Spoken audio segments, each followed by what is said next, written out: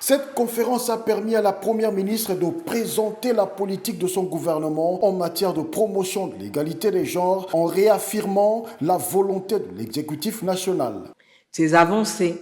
témoignent de la volonté ferme du président de la République, chef de l'État, son Excellence Félix-Antoine Tshisekedi Tshilombo, champion de la masculinité positive, ainsi que de votre gouvernement à bâtir ensemble un État plus juste, plus inclusif et plus sûr pour tous les êtres humains, en particulier les femmes et les personnes vivant avec handicap. Les avancées en cette matière pour ce mois de mars, Judith Soumino les a soulignées dans son discours. La validation de la stratégie sectorielle pour la promotion du genre et de l'égalité des chances, ainsi que le lancement du processus d'élaboration de la stratégie de prévention et de réponse contre les cas d'exploitation, d'abus sexuels et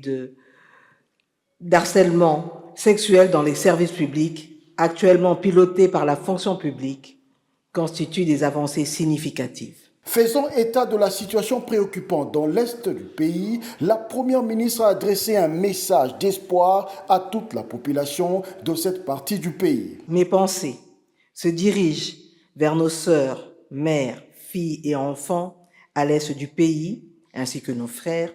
en ce moment assiégés par les rebelles du M23 et les troupes du Rwanda, qui commettent contre les femmes des crimes atroces et innommables, quotidiennement documentés par les organismes nationaux et internationaux. Je les invite à continuer de garder courage et espoir, car notre action